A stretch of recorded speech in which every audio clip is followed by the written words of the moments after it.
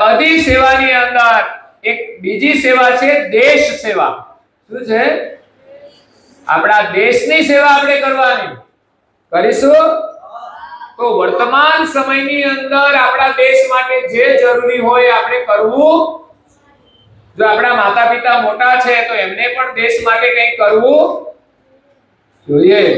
આપણા દેશને કંઈ નુકસાન થાય એવું કામ કોઈ દિવસ કરવું જોઈએ।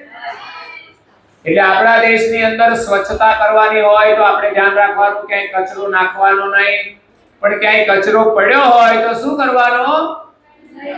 લઈને કચરામાં નાખવાનો।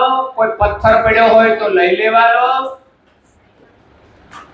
કોઈને તકલીફ થાય એવું કામ કરવાનું।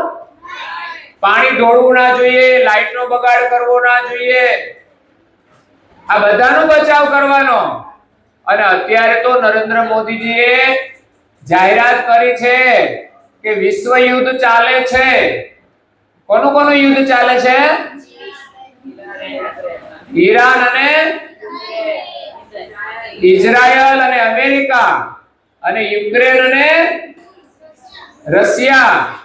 તો આ બધા દેશો લડે છે એટલે ત્યાંથી ડીઝલ ને પેટ્રોલ અહીંયા આવી શકતું નથી। એટલે આપણા દેશમાં સમસ્યા ના થાય એના માટે પ્રધાનમંત્રીએ શું કહ્યું કે ખોટી ગાડી ચલાવવી, કામ સિવાય જવું, એટલે ખોટો પેટ્રોલ ડીઝલનો બગાડ કરવો નહીં। આ સંદેશ તમે બધાને આપશો? કામ વગરના ગાડી લઈને ફરતા હોય ને કહેવાનો કે આપણે આ ભારત દેશના નાગરિક છીએ તો આપણે બધાએ ધ્યાન રાખવું પડશે। એકલા પ્રધાનમંત્રીથી કે આ દેશ સુખી થશે?